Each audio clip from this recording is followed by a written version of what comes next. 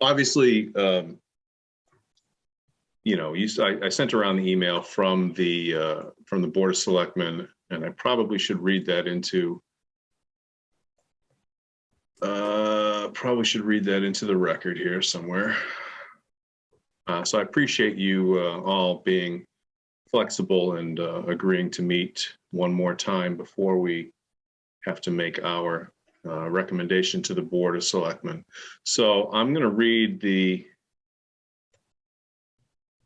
letter into the record here. Bear with me.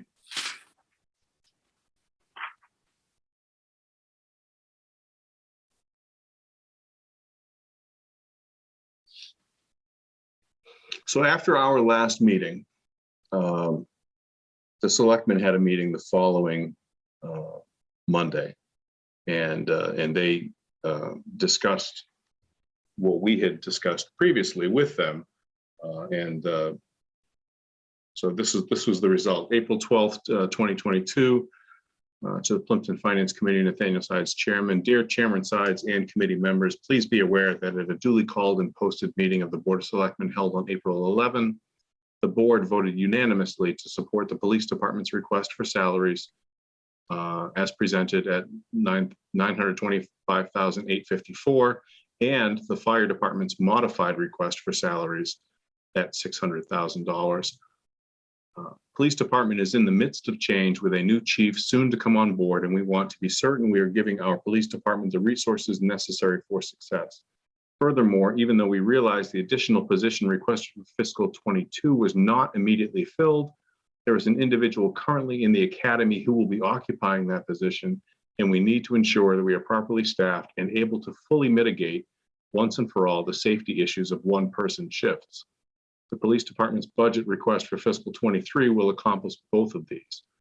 The fire chief has met with a member of the Board of Selectmen and the town administrator to work through outstanding questions regarding scheduling and the use of administrative personnel, and that issue has been resolved.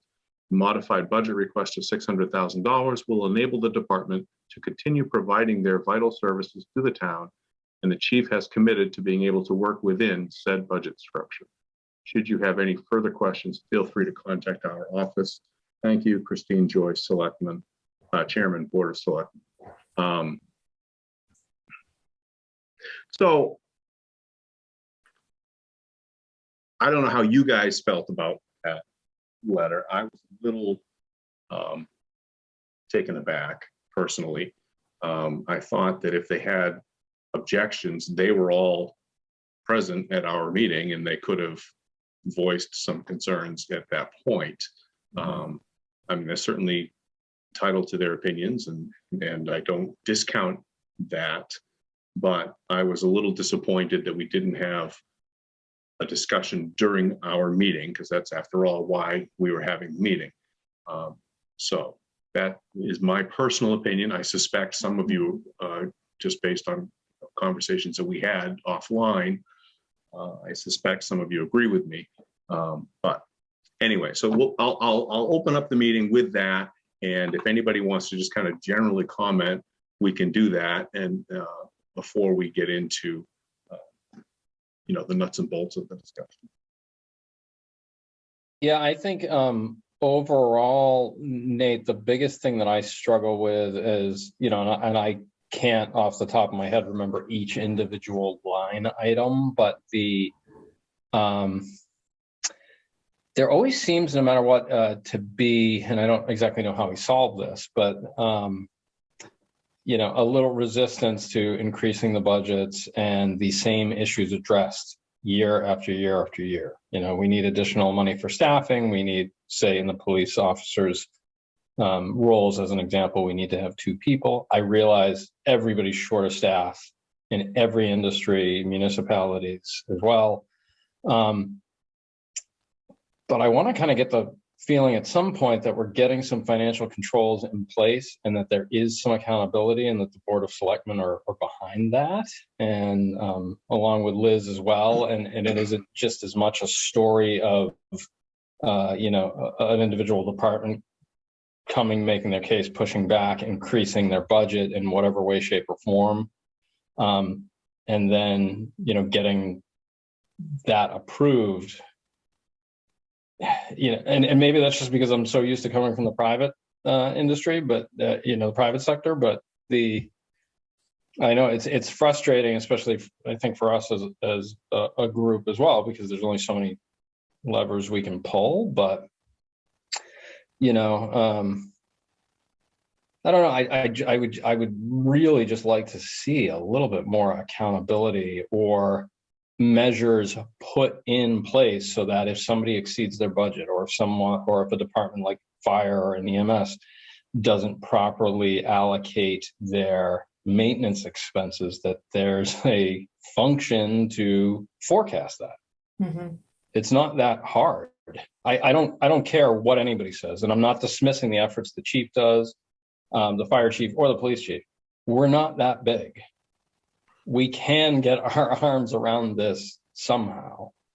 And it just kind of starts to feel like, oh, well, it's unforeseen expense, unforeseen.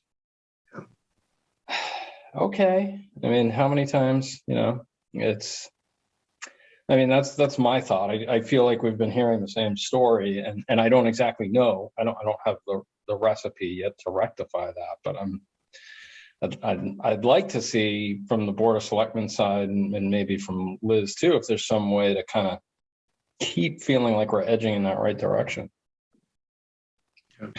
Yeah.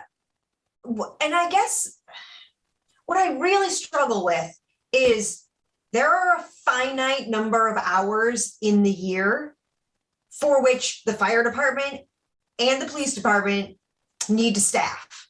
So like, if you take the number of days times the number of hours times 2 people, like, why does it seem like that's constantly a different number every time they present it to us? And that's really what I'm struggling with, is if you want 2 people on 24 hours a day, like, what's the struggle? I don't know. It's just, I feel like they come to us with these numbers and there isn't a simple Excel spreadsheet as a backup of like, and this is how we calculated it. It's just this like, but we need it. Right. I don't know. Well, and I'm, I don't think this will come as a surprise to you, but to you or Mike, but I view it much the same way as you do. Why is it that difficult to figure out? As you accurately put, 24 hours in a day, 7 days a week, that's 168 hours times 2 is 336 or whatever. And I understand that if they take that number of hours and they multiply it times, like, this is where maybe it gets a little more complicated. Do you do an average hourly rate so that you can accommodate that different people are at different pay grades? Yep. And then you can come to us and say, well, geez, like, we have 2 open positions, so we have to call on other municipalities, and then we're paying overtime. And it's like, okay, there's your explanation for your budget override. But it's like, I feel like we don't ever have a baseline. Yep. So before we get too far ahead of ourselves, I'll give Marilyn or Steve the opportunity to chime in, and then I'll chime in. I'm concerned with the number of new people that they want to hire. I still can't see why the police department needs another person. If they had somebody in school and this individual is coming on, that should therefore make for what we had figured out last year, 2 people on each shift. I am deeply concerned about the $300,000 for the study for the fire station, because I think the timing is awful. I don't care what John Williamson says, I mean, the increased cost for materials and the unavailability of staff, it's crazy in my opinion. So I'm concerned about the various people that want more staff and that off the top of my head. I would, I'd also second, and I know I don't want to speak over you if you want to speak, Steve. Marilyn's concern on the $300,000 consulting fee. I completely get that in municipal procurement or anything, if you're looking private sector commercial versus municipal, there is definitely a cost increase. But I don't know. As far as consulting goes, I can't stand consultants. It's always just an excuse for somebody not to do work. This is just my own personal opinion and get Hey, that's paid. my future career now. That's what I want to do too. That's just because I'm better. But it does seem like, oh, like we produce like the town produces a report, tells them, and the consultant looks at it and goes, oh, yeah, there you go. But I'm not saying that's what's going to happen, but $300,000 for I mean, Jesus Christ, that's a third of the way towards getting a building built. I don't get it. And I will never get that. Well, we'll take the articles up as a separate discussion, but yeah, There totally. have to be existing plans for fire stations, for heaven's sakes, like fire stations or police stations. well, But that's the irony. They took a field trip, if you remember. They took a field trip to Sandwich, and they loved the Sandwich fire station that they built, and they wanted to just basically cut and paste and copy those plans. I mean, I'm in favor of a new fire station, not this year. I mean, obviously the space is terrible. I mean, and we do need one, but let's be reasonable about it and let's not spend money, carelessly. Steve, any comments you'd like to make to lead off here, or you're muted? And there we go. I had to hit the unmute, my space bar wasn't working. Anyway, maybe I should change the batteries in this keyboard. I don't know. But having been in the fire service for 30 years, there are certain things in their end that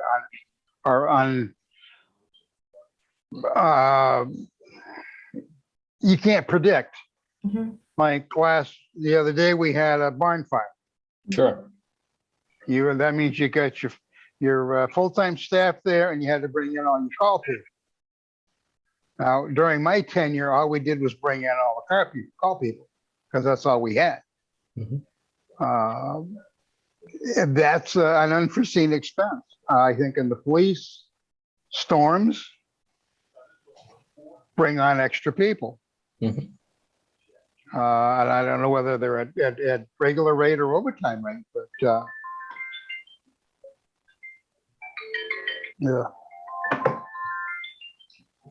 And Nate, CVS Pharmacy. Oh, I was going to say that's your bookie calling to get your last minute bet in for the Celtics game tonight. No. I don't bet. You already on got that in? Celtics games. I'm not a betting person. I bet on the stock market. So far, I'm doing all right. Okay, so to kind of pick up on what Catherine had suggested, why is it so difficult to figure out if there's a finite number of hours in the day and a finite number of weeks in the year, et cetera. Liz had said that she went over with the chief exactly that type of exercise. We've got X number of hours, we've got minimum coverage needs, and that's how they arrived at that revised $600,000 figure.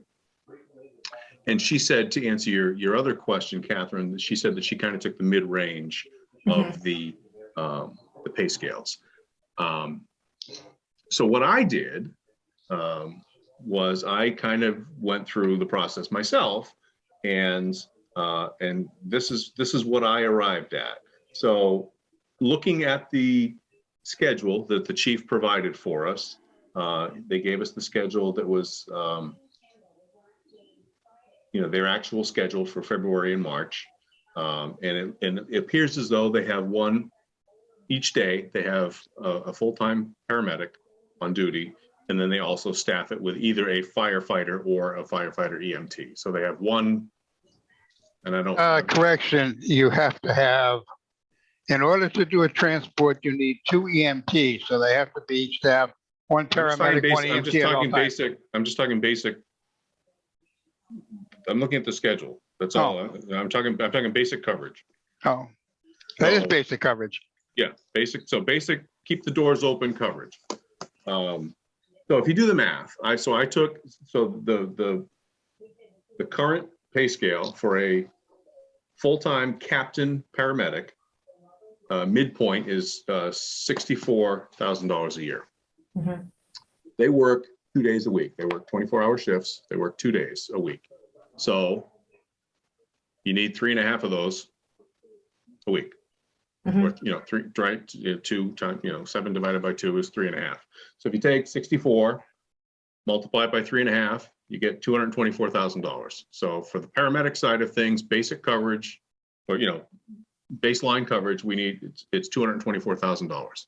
You do the same process for the EMT side of the equation, and you can, depending on how you calculate it, either using an hourly rate or using the full-time captain EMT rate, you come out with between $202,000 or $205,000.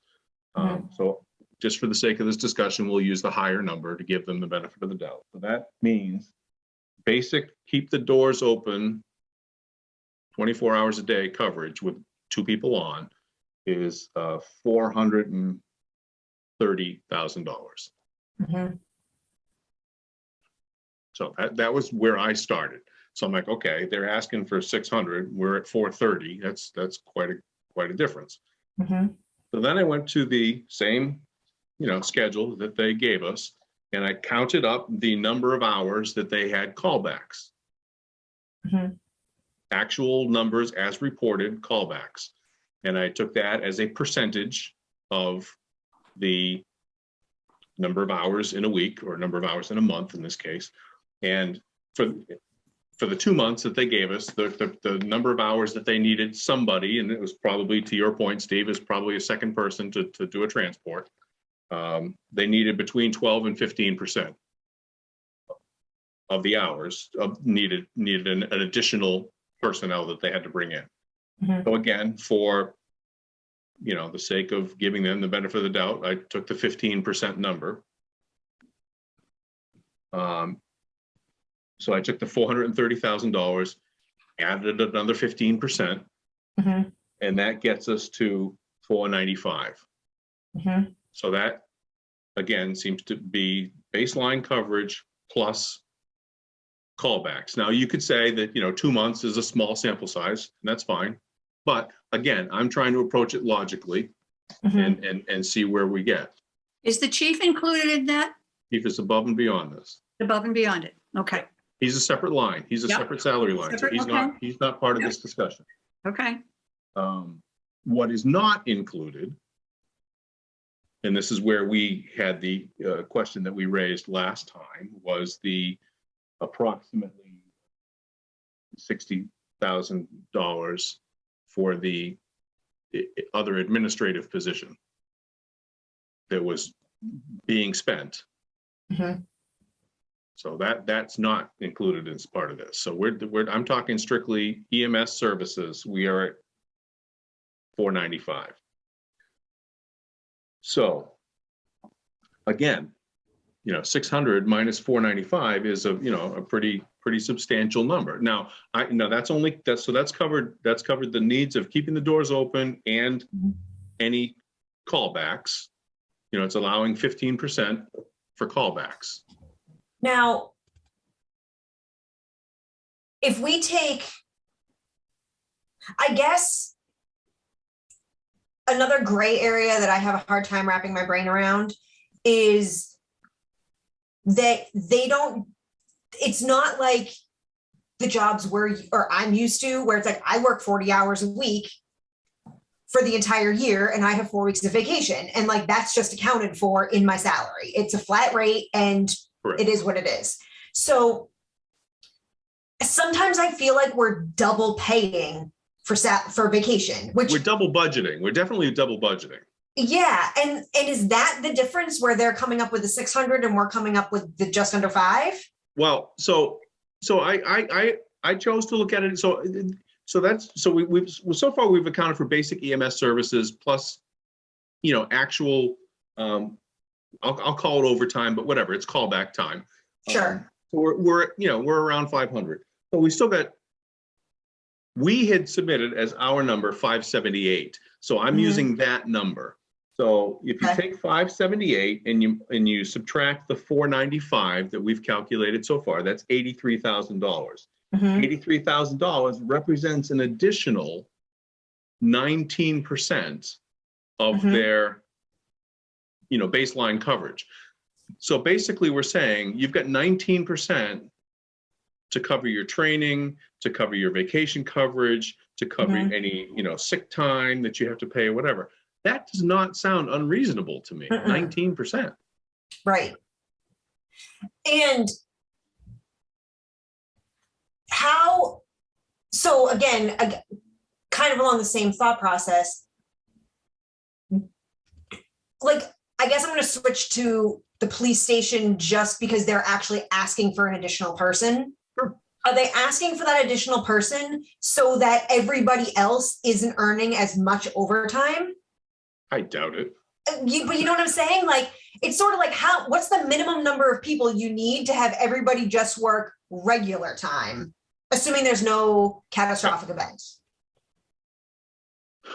So sort of along those lines, as we already discussed, the paramedics work 2 24-hour shifts. Yep. So that's 48 hours in a week. Mm-hmm. Now they are listed as salaried individuals. Now I know in my world, that means if I work 48 hours a week, oh well, I work 48 hours and I get my salary, Right. But I've been told in the past that the fire personnel, their salary is based on a 40-hour week, and we pay time and a half for the extra 8 hours. So right off the bat, we're building in an overtime. Now, and the chief will say, well, that's the only way I can get people to come to work for us, and that may or may not be true. But I think Sure. I think we need to, and this is probably not something we can put in place in the next 4 days, obviously. No. I think it needs to be part of the discussion. If we are saying we're hiring you as a full-time paramedic / firefighter at $65,000 a year, well, that $65,000 a year assumes 48 hours a week times 52 weeks. Right. You do not get time and a half. And if we have to increase the ranges to get people, Right. then great, let's do that. It'll just make life a lot easier for us from a budgeting. Yes. Agreed. Pardon my ignorance on this then. Are the police are the firefighters unionized? I don't think they are. Police is union, but I don't think fire is Okay. union. Fire is not union. Yeah. Fire. Okay, because I was going to say then. Because most of them work for Right. multiple towns. I mean, these people that are working for us 2 days a week are also working someplace else 2 days. Yeah, exactly. Yeah. But so then to bring back another point, when you were talking about that 19%, Nate, Yeah. I would then think at some point there would, and this is actually goes to some of what Steve's comment was, which I really appreciate. At some point, there has to be a rolling average, at least to start with, of what's average sick time, what's average, storm cover, what's average training cost, Right. and if over 5 years that average is 16%, then we know. Then we at least have a plug. So we say, okay, let's give you that, just like what you had said, let's give you that plug plus a small buffer in case something happens. Right. So then we at least know what the data is. Right. Right. And again, we know that one of the arguments is going to be that, well, we have mandates we have to meet. We have to maintain our certifications. We have to do so much training. Okay, Sure. well, if we know we have 15 employees and each one of those 15 requires 10 hours of certification training every year, well, that's 150 hours we have to budget for, or whatever the numbers are. But I mean, again, it should be something we can put a number on. Yeah. I mean, and if we're in a year where a brand new mandate is rolled out and they need, X number of extra classes and that's unforeseen, and then we're trying to project the following budget cycle for something like that, then let's try to Okay, let's try to make sure that they don't come up short so that they can have it. But I just want to see that there's something behind that. Again, I'm speculating, but the comment has been made that, and this is not specific to Chief Silva, because we've certainly had this problem prior to Chief Silva, and we will probably have this problem after Chief Silva leaves, whenever that may be, is that, fire chiefs, especially fire chiefs in a small community like this, may or may not be excellent at running a fire scene, but they are not strong administrators in general. I mean, we saw that with Chief Borsari, and I think to a certain extent we see that with Chief Silva. I would speculate that Chief Silva has a little more on the ball where he ran his own ambulance company. Yeah. Well, And another thing is the comment was made. The comment was made to me that the chief is not as he's a better technical person than he is an administrator. Now, and that's, I don't know that, but I mean, to me, this is and he's doing a great job on I'm very confident with him as our fire chief. But I think to me, this is what I just went through, my thought process. I was able to do that in the course of, half an hour, stepwise logic approach. And I'm sure I'm forgetting something, but there doesn't seem to be that type of approach being taken, at least, on the fire side. I also ponder the ambulance account, which I've heard is very robust, but we don't seem to be utilizing. That's our return on investment. Well, we bought a new ambulance last year using that money. So, well, I just one other comment on that then, Sure. because I know even when I first joined Finance Committee, and it has been an ongoing thing that we've all thought of and mentioned. Is there anything, support staff wise or time wise on the town side to, help with the budgeting? Because and I would expect, there's no discredit to either of the chiefs. You're a chief, you're not a financial controller. You shouldn't be.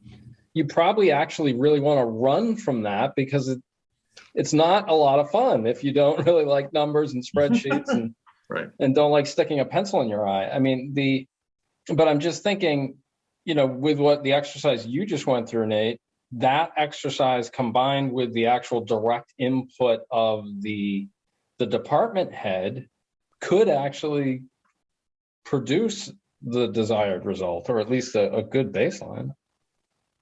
You think the town administrator could be more helpful to them? I mean, the schools have administrative and they have financial people, so they've got experts.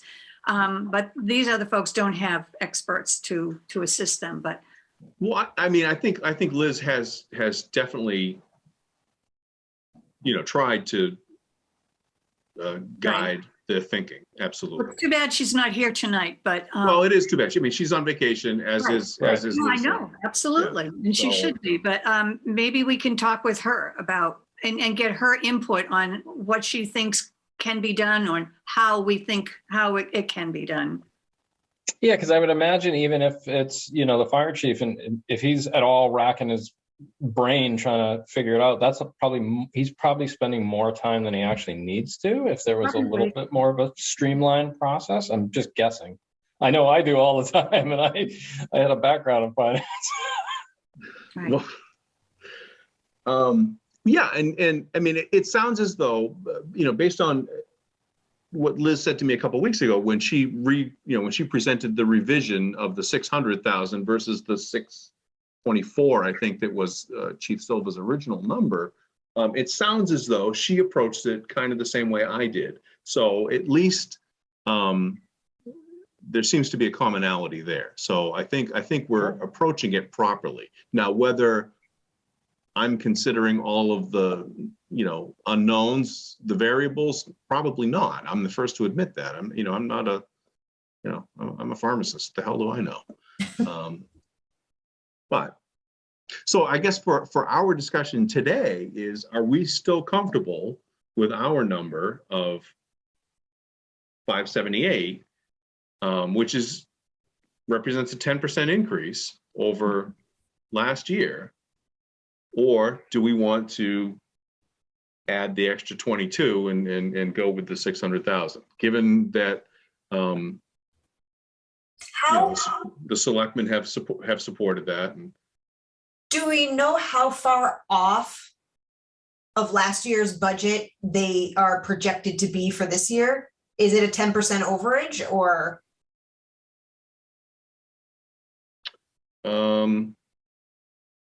Let me attempt to share my screen here.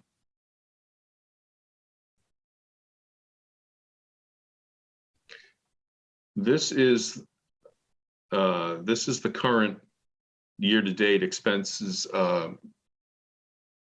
through April 1st. Okay. Let me see if I can find fire. The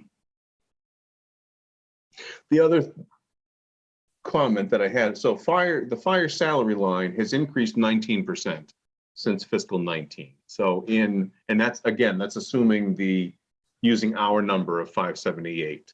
That would represent a 19% increase over the last 4 years. Mm-hmm. So again, that really doesn't sound, we're still a town of 2,800 people. That doesn't sound like we're nickel and diming them.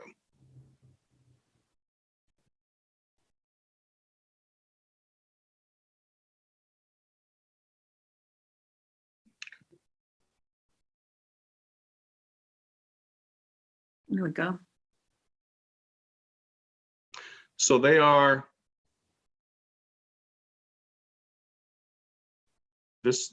at, so April 1st is nice. It's a nice number to use because it's 75% of the way through the year. Yeah. They are right on track. Yeah. So I struggle unless they're telling us that number that they've spent so far, they have not been fully staffed. I struggle to go higher, like the 600, because it looks like the budget we gave them last year was enough. And let's not forget, that's including an additional administrator that we don't think they need. Right. Which, to get back to your point, Mike, a little bit, if you remember, this may predate you on the finance committee, but I don't think it does. 3 or 4 years ago, there was a fire administrator position that was created when Chief Bersari was here. So yeah, it might be before your time. We basically created it was like a $12,000 or an $18,000 position to help Chief Bersari towards the end of his tenure with exactly this type of stuff. It was somebody who was going to help him, and that's how Captain Schustet came to the department initially. Mm-hmm. So then fast forward so that position was in place for a couple of years, maybe 3, but I believe it was only 2. And that position morphed into a full-time position. But I guess what didn't occur to me, or what wasn't apparent to me, when I heard that it was a full-time position and that Captain Schusted would still maintain his administrative duties in addition to being a full-time firefighter, I guess I assumed it was going to be, well, during downtime between calls, he would then be doing the administrative stuff kind of on the side while he was in the building already. Apparently that was not the case, and he was there as an additional full-time administrator. So that, again, shame on us, or me, for not questioning it at the time. But we did. So maybe the approach is, hold the line, and then we talked about, re-implementing, and instead of making it, a firefighter, make it a true administrative assistant person to manage, the payroll, reporting and stuff like that. Maybe that's part of the discussion going forward as well. But at least, according to this, it would appear as though that they're on target for where we budgeted them. Mhm. Now, let me see, is EMS listed separately? I probably should consider that. Okay, so I'm sorry, EMS is running a little high, which makes sense because their call volume is up a little bit.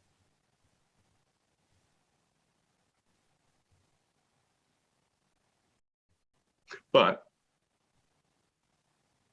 that's the 10%. Right. Right, exactly. I'm personally fine with the number that we proposed. Okay. I am too, and they can always come to us if they have something crazy happen. I just don't feel like we should give them the ocean, like carte blanche. It's just like, here you go, spend all the money you want on your salaries. It's sort of like, if you end up needing more later, let's have a discussion about it, but. Okay, I mean, yeah, again, that's exactly how I feel. If God forbid we have a couple more barn fires or a tornado touches down and on Center Street and we have a couple of unforeseen things that requires a ton of overtime, well, then obviously those are unforeseen circumstances and we would do a reserve fund transfer or we would, figure something out. But I think day-to-day operations, I think we're in a good spot.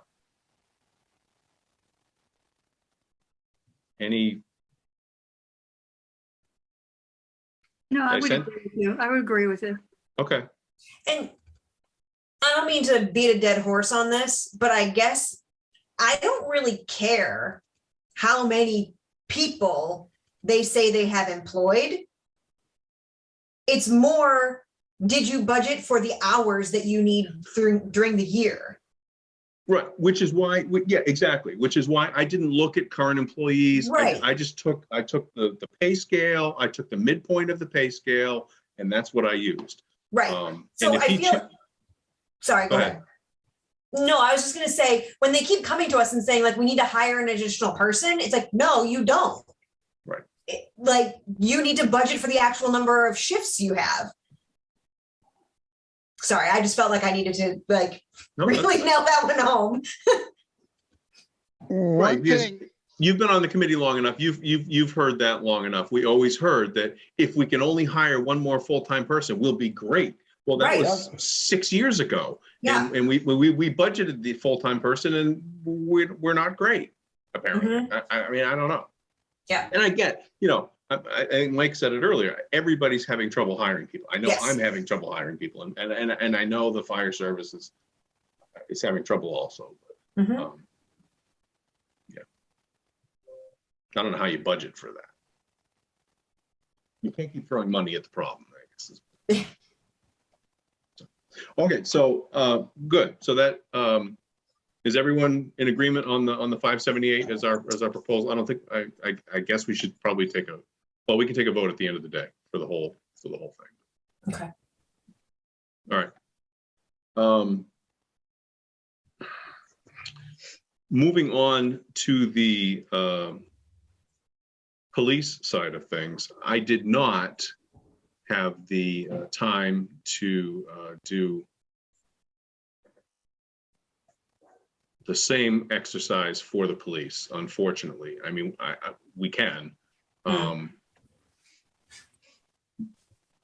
My understanding of their thing was the person that's in the academy is going to come on and then fill a vacant position to bring them up to 2 people on every shift or whatever. So, I mean, I was sort of thinking of this as I was driving, and again, getting back to the, there's 336 man hours that you need to staff every week. And they've said to us that they have And again, the chief is a separate person. He's a separate line item. We don't consider him. They said that they try to have, one supervisor and one patrolman on duty at all times. So we've got 2 sergeants, and we've got. So again, if you just back it all out, so if the 2 so you get 336 hours. Am I doing that math correct? 4. How does that break down? So 24 hours in a day times 7 Yeah. days a week is 168, but you want 2 people on duty is 336 Got hours. it. So if you back out, you subtract 80 hours for the 2 sergeants, that leaves 256. If you divide that, and this again, assuming 40-hour positions, I don't know if that's really the case or not. 256 divided by 40 is approximately 6.5 patrolmen. Now, I believe when they made the presentation, they were talking about their 9th patrolman. So again, if we're looking at minimum coverage, it would seem as though, they need 6.5 people. So then if we round it up to 7, if you have 7 full-time patrolmen, or not even full-time, I don't care if you have, 5 full-timers and, 4 part-timers, whatever. Again, number of hours, you get to that number of hours covered. So let's just round it up to 7 to help cover vacations and sick time and whatnot. We again should be able to do that math pretty easily to get to a baseline number. I intended to do that. I just didn't have the time to do it in preparation for tonight. But again, my thought process, that's how that was working. And then we do kind of a similar thing. Then if we add 15% or whatever for unforeseen overtime and storms and whatnot, and a certain amount for training, I think we will be able to get to a number. At the end of the day, I think where I come back to on the police line is, and I understand the selectmen's comment that we're going to have a new police chief, and we want to make sure he succeeds, and we obviously all agree with that. So if we go back to, fiscal 22 budget was prepared by Chief Clancy, who, has gobs of experience at running much larger departments and certainly budget experience. And he's the guy that came to us initially a couple of years ago and said, if you give me $75,000, that's what I need to maintain 2 people on the road at all times. And we couldn't do it for fiscal 21, but we could do it for 22. And that's where we are. So now when they're saying they still don't have 2 people on the road, I guess my question is, well, why not? It's in the budget. The chief said he was going to do it. Why don't we have it? And why do we need another? So as I think I said during our last meeting with the Board of Selectmen, to me, it was kind of a straight. Well, I removed that extra $75,000 again, because to me, it should already be there. and I feel like this line item has apples and oranges in it this year, because they said to us, oh, isn't it so great that we're not going to be over budget this year when we had all those unexpected retirements? Right. And it's like, you need to carve those unexpected retirements out of your budget to actual to then see where you are, because you'd be way under budget if you take that number out, because it's a special circumstance. Right. And it seems as though we have unexpected retirements every year, or at least we have for the last couple of years. Right. We're always hearing about, well, we had to pay so-and-so, is 200 accumulated sick hours and however many vacation, whatever. And I how agree come that we don't have that stuff accrued for? Is that just either that, or why isn't that a special town meeting article to pay that out? Why is that coming out of the to me, this line, line 555, police services salary, should be exactly what it is, police salaries. Any retirement or any sort of special, I mean, we've got a couple of articles this year to pay off, extra stuff for people that are retiring or whatever. There's that one thing about the person that was paying Social Security and she should have been paying into the county, whatever. I mean, that's a separate article because it's a unique circumstance. I don't understand why this, to your point, I don't understand why this doesn't also have that type of thing to it. Yeah. And I mean, maybe this is a public versus private company difference that I just don't fully understand. But I would think if at the end of the year, you have people on your payroll who didn't use all their vacation or didn't use all their sick time and they're allowed to carry it, that you'd have a separate line item bucket for future taken vacation and sick time. So that when it comes to retirement, you have that money sitting there and it's not hitting your annual budget. Yeah, it should be. It should be. I don't see the need. I'm not convinced that they need another person. And I also think we don't know what this new chief thinks either. Right. Well, Right. And to me, at the end of the day, I have yet to meet anybody in my industry or any other that thinks they are understaffed.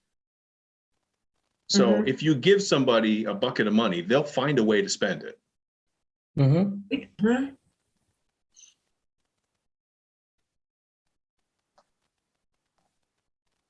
So, and again, this one in particular, because when I initially did the math and I put up a number up as a recommended number from the FinCom, it came up to 2.9%, and the Board of Selectmen said, "Oh yeah, well, why don't you make it an even 3 because that's what we negotiated." So that was the perfect opportunity for them to say, "Hey, we don't agree with your line of thinking." Instead, they said, "Just round it up to 3, and we're okay with that." Right. So I did, and then 2 days later, they decided that they didn't agree with it. So anyway, so it sounds as though we're all still comfortable with our proposal of 851, 455. Yeah. Yeah. Okay. Okay. All right. Those are the 2 big items. There are a few other things that I just want to review with you all, just to get your opinion.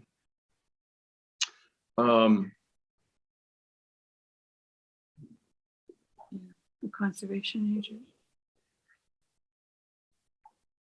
Sorry, I'm moving my speaker's window so I can see the spreadsheet and myself at the same time. Group health line. This line 20 here. If you go back and you see, this line has historically always been overfunded. I mean, sometimes comically so, because it's kind of a bank account that the town was using to fund the next year's special town meetings things. So a couple of years ago we tried to rein that in a little bit.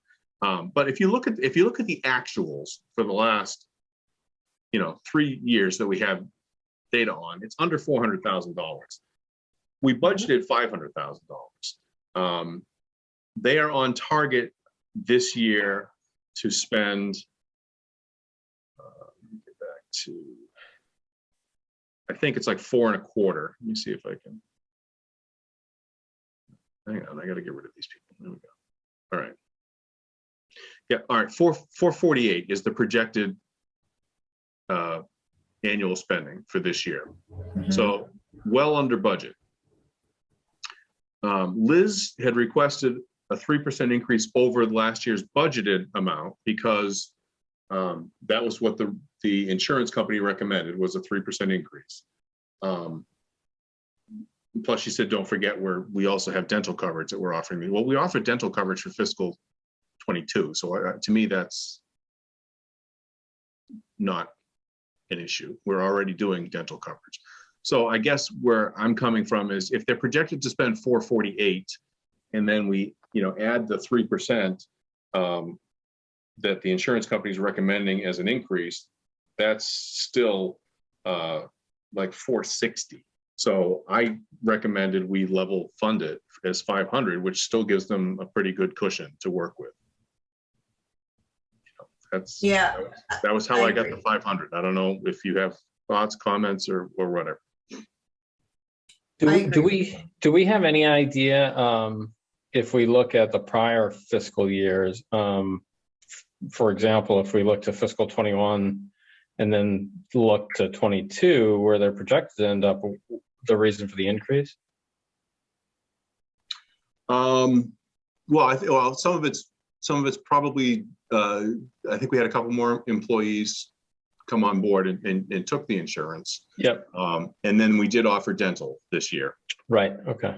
So I think that the premiums probably did increase because Okay. it is a better offering. Right. So if, in other words, if we project or we know roughly we have X number of employees that have joined, that's quantifiable. And then the average increase of the premiums on an annualized basis. I wouldn't see, since it doesn't seem like anything else extraordinary, I wouldn't see why they would need any more than what you suggested. Yeah, again, if we take the current projected for fiscal 22 Mm-hmm. and add 3%, they'd be somewhere around 460, give or take, Right. 462. Right. So that's approximately we're budgeting an additional 9 or 10%. So I think that's a pretty good cushion. And that money, if any excess that's budgeted, doesn't go back. I mean, it stays in that line item, correct? That'd be a question for Lisa. I think Okay. I'm pretty sure in the past we've had, and Marilyn, you probably can comment on this. I don't think it stays. Yeah, Oh, no, okay. we've transferred out for Yeah. special town meeting. We've transferred funds from the group health line to fund some of the other stuff for the following special. Got it. Okay, so that's how I arrived at the 500 on that one. Conservation agent, I think we talked about. The only reason is when I did the calculation, the numbers didn't match with what Liz had happened. So I mean, it's only $70, but I just wanted to point that out that when I did the calculations, I mean, we can go with their number. It doesn't. I don't know. It's only, like I said, it's only $70. What will be the effect of the 8% inflation on the group health? Well, again, according to Liz, the insurance company is saying that the premiums, they're projecting the premiums to go up 3% next year, which is why they asked for the 3% over the previous budget. I think maybe next year we'll be looking at a higher increase because the actual claims would probably more reflect inflation. Council on Aging support staff. I think we've talked about that enough. You'll recall the grant is running out in October, so that one's that. Town clerk support staff. I emailed the clerk. Well, first of all, let me start here. The town clerk. We talked about this before, but again, I finally put a number down. She had requested a longevity increase of an additional 2%, and as we discussed previously, no one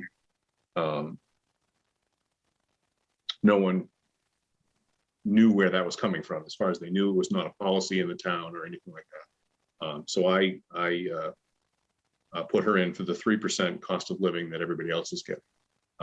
I did email her, and let me see if she responded. Bear with me for a second.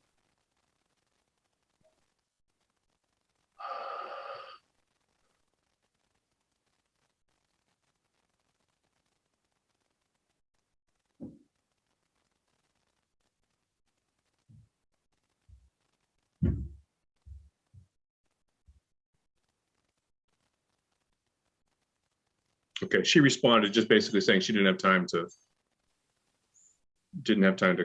she wanted to prepare a response, but she didn't have time to do so yet. Okay.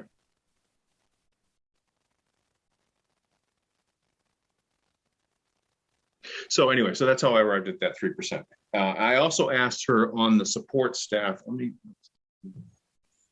want to waste your time. This is the, I'll read the email that I sent to her last evening. Finance Committee had some questions about the request for additional support staff hours for fiscal 23. You asked for an additional 113 hours during the year for a variety of tasks. She had a couple of lines in her submission. One of them was for,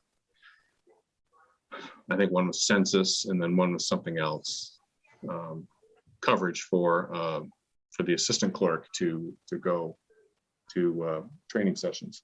So I think to I think it was Catherine had a question earlier, are we double budgeting or are we double paying for certain things? So I asked, why wouldn't, I don't understand why we need another person. If we have 2 assistant clerks, why do we need someone else to handle the census? I would think that would be part of the job duties of an assistant clerk. So I did ask for clarification on that. And similarly, if the assistant clerk is going to attend a conference, a 2-day conference, or it was 48 hours, so that's, I guess, 6 days of conference over the course of the year, conference and training, I don't understand why that wouldn't be part of her, regular salary. Why are we paying additional training hours? Why wouldn't that be just their regular, that's their job that week. They go to a conference. Anyway, so and as I mentioned, I did mention to her that we had reduced her personal salary to the 3%. So so that's where we are with that on the town clerk. I have not heard back. So my guess is that we will be able to perhaps reduce the salary line a little bit for the assistant. One question for that on the assistant clerk's duties, if say they're doing training or going to conference hours, what about capturing anything? I know it's been rare now since we have Zoom and nobody's gone anywhere, but any kind of travel expense or allocation that's outside of what on her expense line, she had it pretty well spelled out. Right down to, she had a certain amount of money for, she had the mileage. I guess the conference that they go to takes place in Plymouth, New Hampshire. So she had the mileage to Plymouth, New Hampshire, and times 50. She had it itemized pretty well. So I'm pretty comfortable with that. The one change I did make here, and again, I'm waiting for confirmation from Tricia. She had a line item for $1,500 for copier. And one of the special town meeting articles is buying off the leases. To pay those leases. Yeah, right. So I wasn't sure if that $1,500 was a maintenance contract or if it was actually, the equipment lease. So I tentatively removed that $1,500 from her expense line, but that may go back in if that proves out to be a maintenance lease as opposed to a maintenance contract as opposed to the actual lease. So we'll find. So so those items, or those 2 lines, are probably still going to be a little bit. Doesn't look like we had any issues with the treasurer, accountant's line, selectman line. I think we already discussed all of that. So the next one on the Board of Health, again, I sent an email. We talked about it last time, and I did send an email to the Board of Health chair asking for some clarification on a couple of their items. I'll start with the expenses. Again, there's a copier that we can remove. We can remove their copier lease from their expense line. They had originally budgeted $1,500 for lawyers' fees, and so I reminded him that was already budgeted out of the selectmen's budget, so he was fine with that. You can see that they I asked it, they had like $1,200 or something for a phone line. And I asked Liz about that, why they needed a separate phone line. And their current year-to-date expense for a phone line is nowhere near, you know, the $700 that it should be if their number was accurate. It's actually more like, you know, $225. So I reduced their request for phone lines down to 500, you know, just to based on their current usage and to give them a little extra. They have to have secure fax line because they occasionally will fax things back and forth with protected health information. So there has to be a secure line. But they're working with, now that we've got the voice over internet, you know, fiber optic phone lines, they're working on getting Kathy like a secure fax built into her laptop. So it'll go right to the laptop and there won't be a need for a separate phone line. So anyway, that was, and then they had budgeted you know, their just office supply line like tripled. So I knocked that down a couple $100. But the real concern that I had for their line was that they put in a request to increase the administrative assistant salary. And so again, I emailed Brad Cronin, who was the chairman of the board. And my question was, your salary request for the admin reflects a 26.5% increase over current year. When I spoke to her yesterday, she indicated there wasn't a plan to increase her hours. So we're wondering what the justification is for such a large increase. Has her job description been rewritten to include more responsibilities, for example? The response was, there are two reasons for the increase. It reflects Kathy moving to the top step of the pay grade for her job. Kathy has been employed for close to 10 years, but there is no mechanism for increasing steps in the pay system. So she's been stuck at the same step since she was hired. 10 years of employment seems like a reasonable time to progress through the steps, and it likely should have happened incrementally before now, but this will get her to where she should be. In terms of responsibilities, with the fire department unable to provide us with daily data on infectious disease cases in the community, Kathy has had to enroll and learn the state of Massachusetts epidemiological reporting system so that we can be informed of these cases as they occur. This is part of our legal responsibility as a local board of health. In past years, it was being done by the VNA, but we lost that capability when they were no longer to offer this service. So I struggled with this. And I'll explain my thought process and then I'll open it up. You guys can let me know what you think. To me, this is a similar situation to what we had a few years ago with the building department's administrative assistant, where they wanted to give her a 7% increase because they thought she was doing a good job. And I understand during COVID, obviously Board of Health played a big role in a lot of stuff. So I don't doubt that her job was a lot tougher the last 2 years. Where I struggle with it is I disagree that there isn't a mechanism in place to get people progressing through the steps.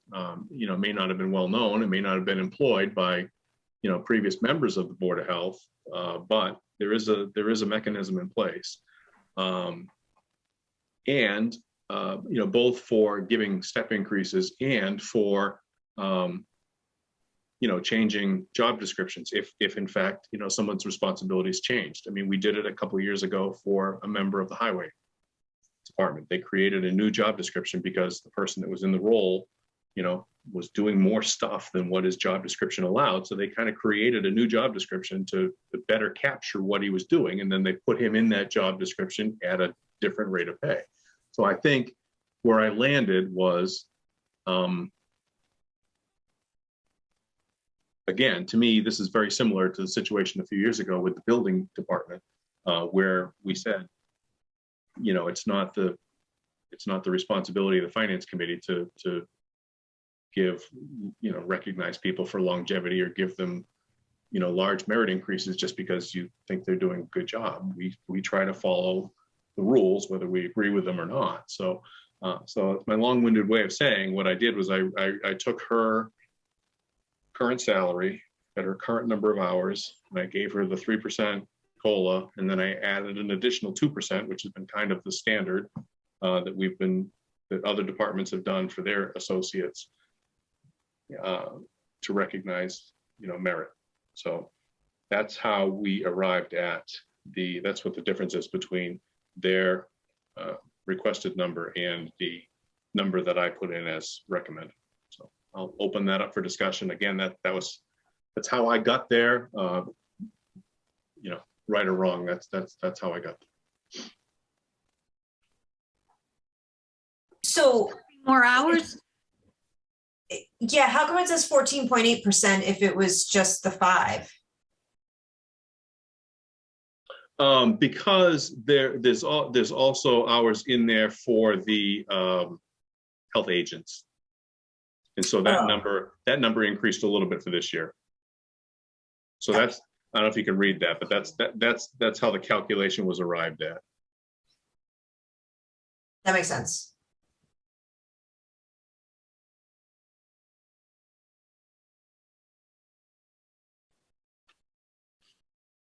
I think in this current year, because based on the agents weren't as active as they had been in the past. Obviously COVID, they weren't doing as many inspections as whatnot. So we restored the health agent line to, I think, fiscal 21 level, and then Kathy's salary line. Is everyone okay with that line of thinking? Am I off base, or what are your thoughts there?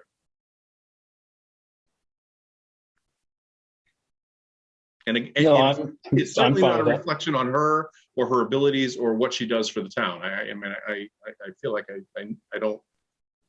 I feel like I need to say that, even though I hope it's, I don't. Do we need to speak with them ahead of time? Because, it looks as if we're really knocking it down. And they really ought to change their request, I think.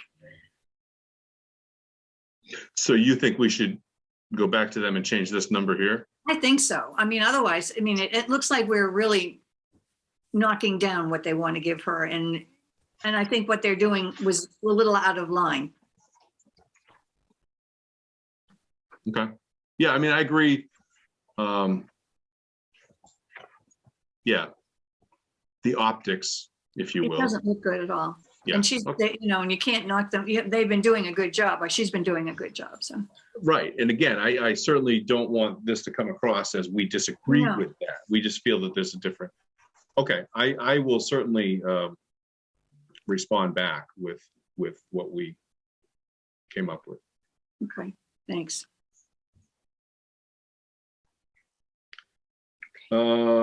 So for the public works side of things, and again, it's relatively small number of dollars. What they had done was they had for all of the labor lines, they had given a 5.9% to match, actual Social Security cost of living. So where they had done that, I knocked it down to 5%, again, with the 3+2 rationale. Now, was only doing it to be consistent across all departments. If you look at it, it's a grand total of probably, $400 or $600 or something. It's not a lot of money. So if you folks feel otherwise, then we can restore it to what their request was. Again, that's how I arrived where we are. Where's the new person in here that they want? That is highway labor, this line 305. Okay. It's approximately $50,000 for the new person. And then we eliminated, 7,800 down here. So it's a net increase of about 42.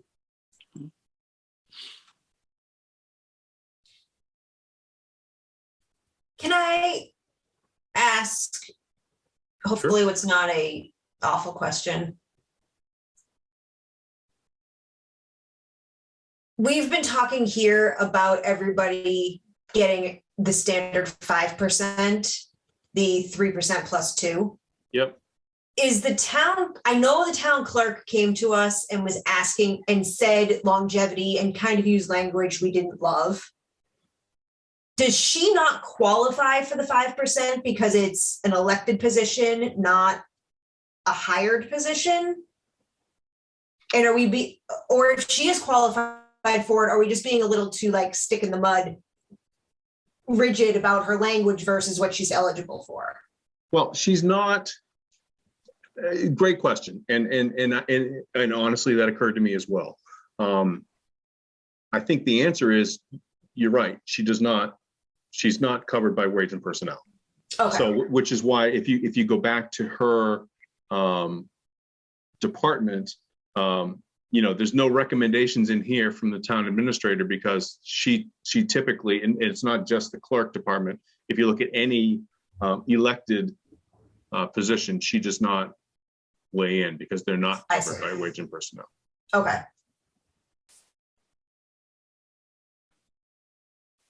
Thank you for clarifying. Sure. Yeah. And again, if yeah, so we can certainly accept her 5% request,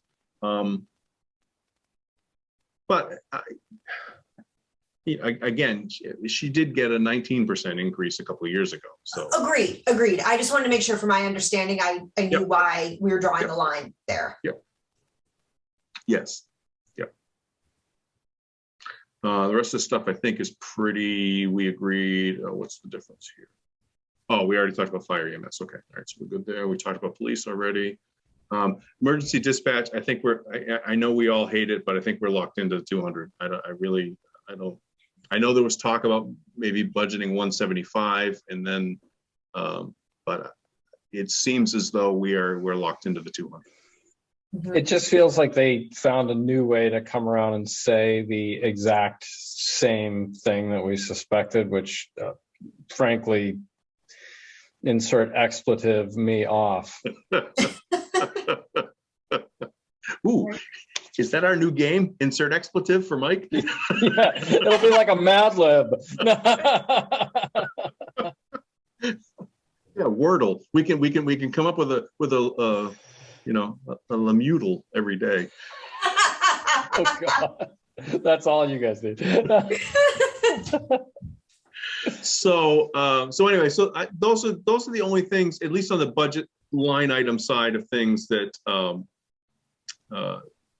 I think we still had outstanding questions on. So we're still waiting on a couple of lines on the town clerk side of things. So as of right now, our total that we are recommending is $12,243,029.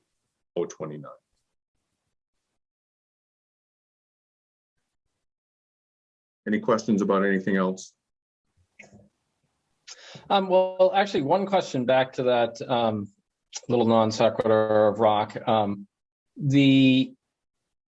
So is there anything that states that they can't just keep raising it? I don't know what our contract Right. reads.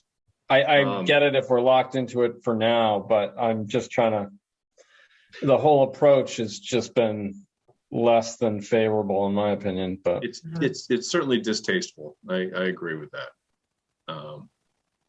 And they were always telling us it was going to go down when more towns joined. yeah. Exactly. But Yeah. now that, I think we're all feeling this now that we're locked into using them, and they do a good job. Don't get me wrong. Again, I think it's a great service, but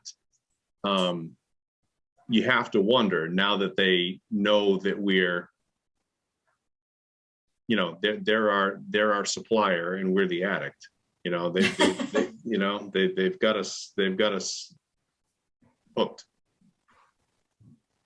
And I know, you know, when we first talked about going on with them, however many years ago, you know, they ran some quick numbers and again, they ran the numbers. So, Right. you know, Right. take it for what it's worth. This was their numbers that said that if we were running our own dispatch, it would be substantially more. Now, whether that's still the case, it probably is. And you know, obviously you'd have to have the infrastructure, but maybe when we get our new fire building. Well, this is all I'm thinking, like new Okay. fire building, continual ask for a new staff member, support staff, salaries. I'm going, okay, how do you draw the line here when the costs in-house actually make more sense and we actually have a little leverage over it rather than someone just telling us, yeah, we're going to word this differently, but you're paying it anyway. Yeah. Exactly. Okay, so that's where we are on the budget side of things. So we'll go real quick to the warrant articles. Go lay down. Go lay down. I don't think there's anything. You know, I know the 300. We're still a little. You know, we're not 100% on that one. I think the special ones, you know, they're all pretty straightforward. I still have not seen this one, the school committee transfers. The one that Liz sent around was actually a copy of last year's grid that had the 7 or 8 items. So I have not seen this one yet. So,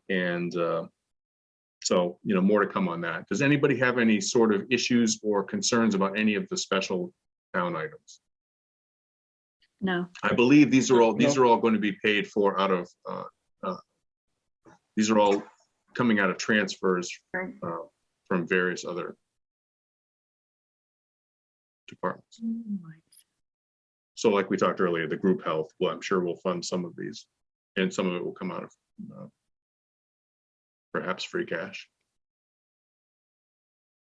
So back to so these are the annual town articles.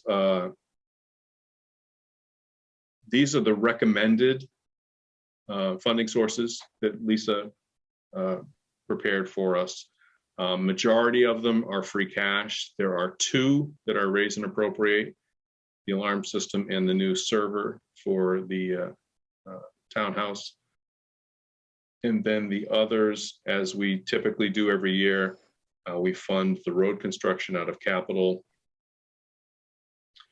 Townhouse roof repair, which again, this is an estimated number. We haven't, at least I haven't seen actual bids, so this number could change up or down. And then the fire station feasibility is budgeted to come out of capital. So I don't think so. Because didn't we discuss what we eliminated this one, correct? The fire equipment account, we said we weren't going to support that because we created the separate line for fire equipment maintenance. Right. Correct? Okay. I believe so.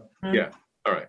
So I didn't fund that one. So you'll see the zeros there. So I just don't know if that's still because it was in the warrant, if it has to stay there when they closed it, and we'll just pass over at town meeting, or if we can just delete that. That was the only reason that one's highlighted. Everything else I think is pretty straightforward. Any objections to any of these lines? I think most of them are kind of stuff we do every year, honestly. Just the 300,000. Yeah. No, that's fine. Yeah. So if that's the only one, then let's talk about it. Let's talk about the 300. Do we want to support it? Do we want to? How do we feel about that as a committee? I think it should be passed over and brought up next year. Okay. Yeah, I mean, to your comment prior, Nate, I'd love to know, unless I just missed it somehow, where the discussion left off with Sandwich's fire station, and if people liked that.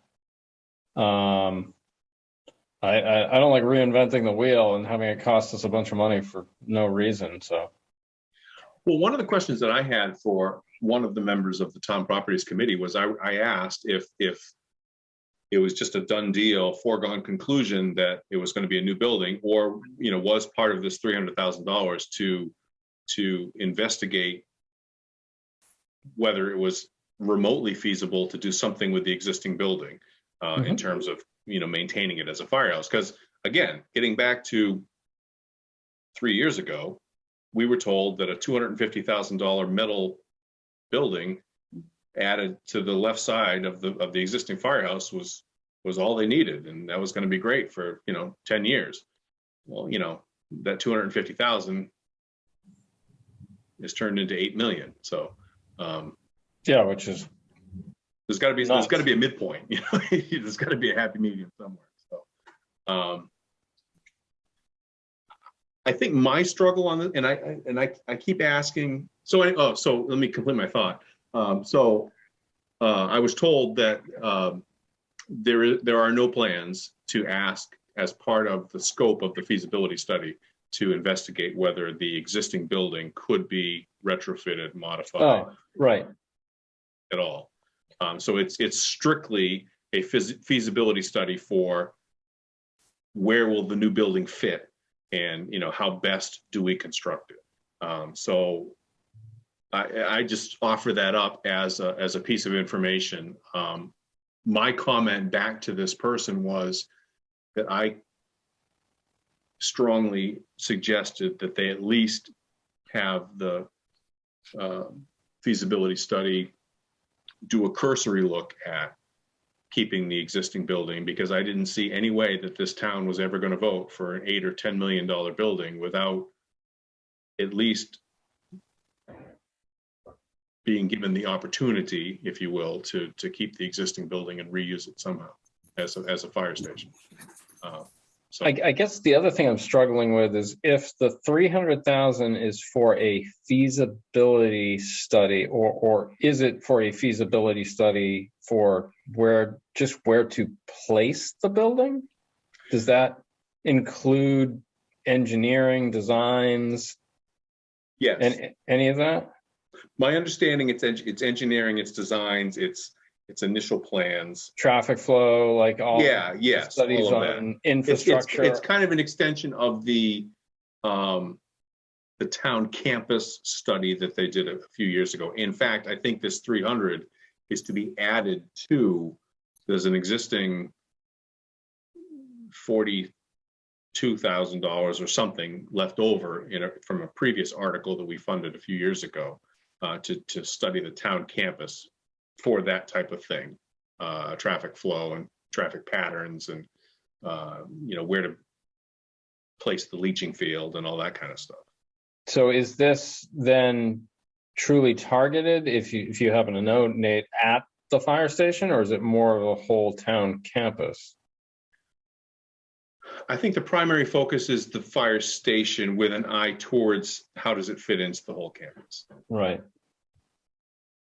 Was a feasibility study done for the police station? Yeah, there was, and I was trying to find, and I haven't.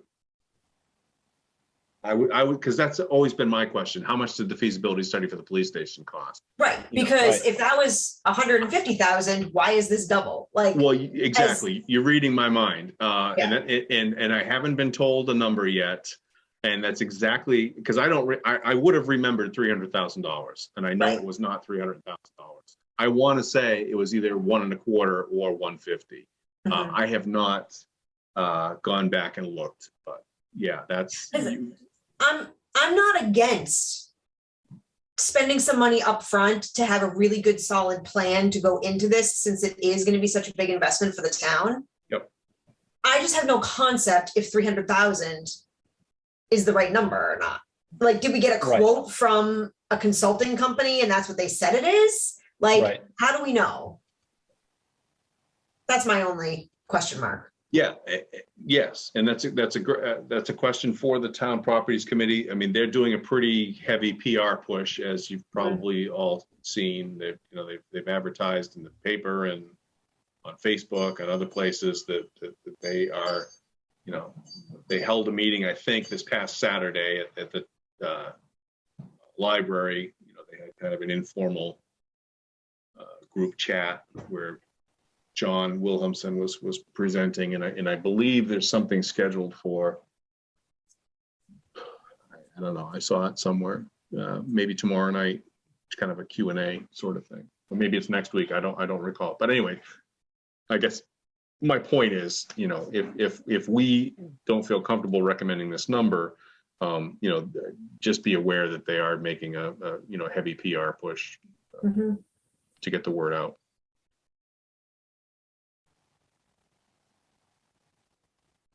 So do we want to vote as a committee to pass over? Is that what I'm hearing? Do we want to propose a lower number? Do we want to wait and discuss it with the selectmen on Monday further, or what's your preference? We can vote on I can attempt to find out between now and Monday what the police station study cost, because I think that is a valuable piece of information that would, I know, at least in my mind, it would help guide my decision. I can try to find that out between now and Monday, and we can meet briefly prior to our meeting with the selectmen and vote on this specific line item. I think that would be helpful. For me, at least. Okay. Yeah, I think if it's possible to get that, I would certainly like to see that. So the police station's been open, what, is it 2 years, 3 years now? 3 years? I think we're going on almost 3. Yeah. So I'm guessing the feasibility study would be probably 5 years ago. So I've got, I think, all the old town meeting warrants kicking around here somewhere. So I'll see if I can go back 5 years and find a warrant article. It shouldn't be, or I've probably got it in the laptop here somewhere. I just have to take the time to do it.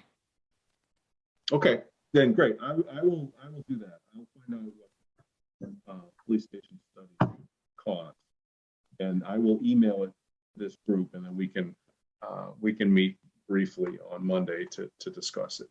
So are there any other questions about any of these other lines?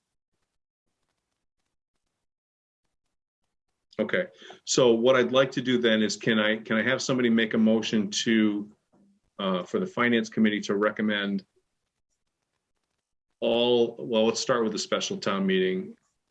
Well, I guess we can't really. Well, yeah, we can. Can I have somebody make a motion to recommend the special town meeting articles as presented, with the exception of number 9, because we don't have a dollar amount on that one? I'll make the motion. Thank you. Second? Second. Thank you, Steve. All those in favor? Aye. Aye? Aye. Aye. Okay. Carries unanimously. And similarly, can I have a motion to accept or to recommend all of the annual town meeting articles, with the exception of number 24, which we believe has been deleted, and number 27, which we don't have a final dollar figure on, and number 30, because we want to find out more. I'll make the motion. Thank you. Second. Thank you, Steve. All those in favor? Aye. Aye. Opposed? Great, thank you. Carries. Okay.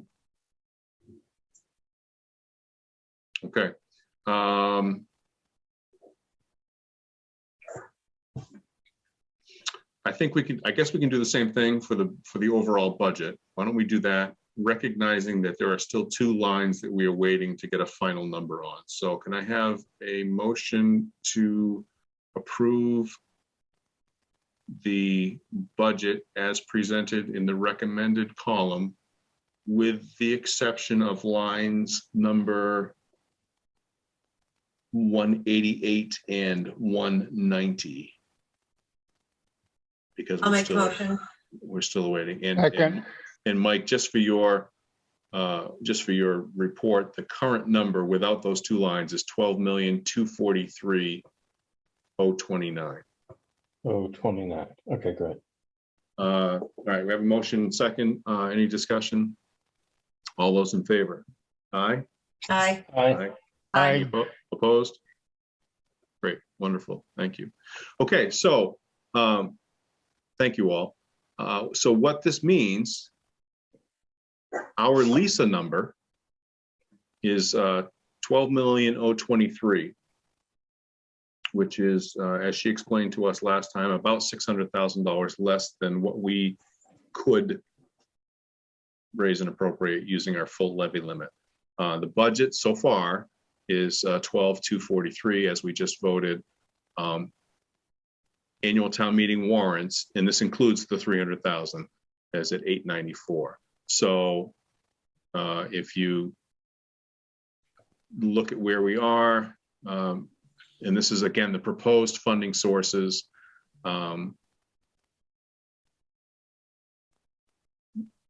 We are approximately $248,000 over our, self-proclaimed target number.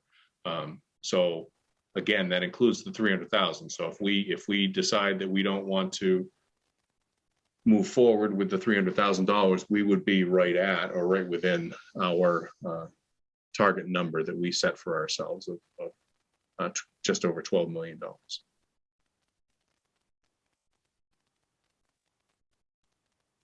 Any questions?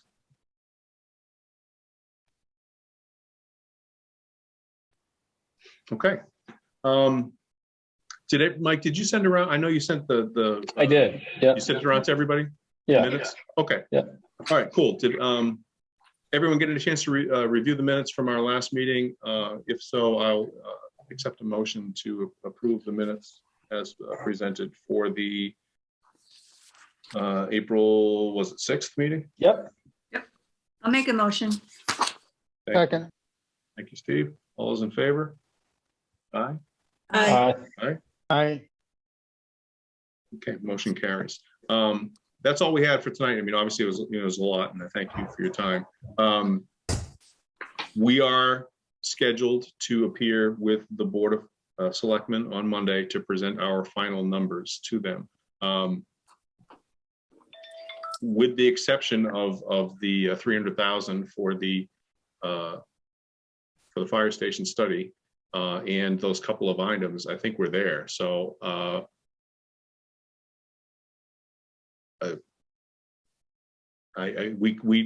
we don't necessarily need to have a separate meeting. We were originally scheduled to meet, I think, at 5:30, and then we're joining them at 6:15.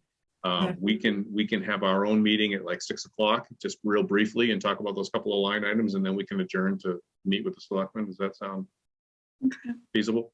Mm-hmm. Okay. Yep. All right, then why don't we do that? We'll meet for 10 or 15 minutes at 6 o'clock on Monday, and then Still zooming. Are we still zooming forever? I actually think I'm going to go to the Board of Selectmen meeting live. I want to look them in the eye. I'm tired of this. Yeah, well, I mean, I'm fine. If we can certainly, yeah, I'm a little tired of this too. I mean, it's nice and it's easy. Yeah. I mean, it's, we all have busy lot. Well, Steve doesn't, but Oh, that's awesome. I'm straight out. Come on. I mean, Really busy. I do appreciate the fact that I can just walk in the door and set up the laptop and have a meeting, and I don't have to worry about, rushing out. But I'm certainly open to meeting in person if folks like.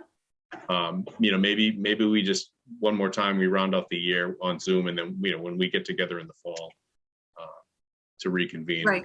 we can start Right. live then, if that makes sense. But I think I will appear in person at the Board of Selectmen meeting if any of you would care to join me there. Well, it's going to be difficult if we're zooming at 6 o'clock and then the meeting is at 6:15. Well, I'll bring the laptop with me, and I'll Zoom in the hallway, Okay. and then I'll step into the meeting room. All right. Are the selectmen actually doing in person stuff? I don't know. I don't know. I think they are. But maybe not. Well, we'll have to find out, yeah. They were Zooming last week with us, but I assumed that was just because we were on Zoom. Hmm. I think they're doing a hybrid thing, but that's a great question. I'll find out. Okay. And I'll let the group know in case you guys want to join me. Okay, well, then I'll let you all go. If there are no other items to discuss, I'll find out those two pieces of information if I can, and I'll circulate it among the group. So someone make a motion to adjourn, please. Motion. Thank you. Second. Thank you, Steve. All those in favor? Aye. Aye. Aye. Right. We are adjourned, 7:38. Thank you all. All right.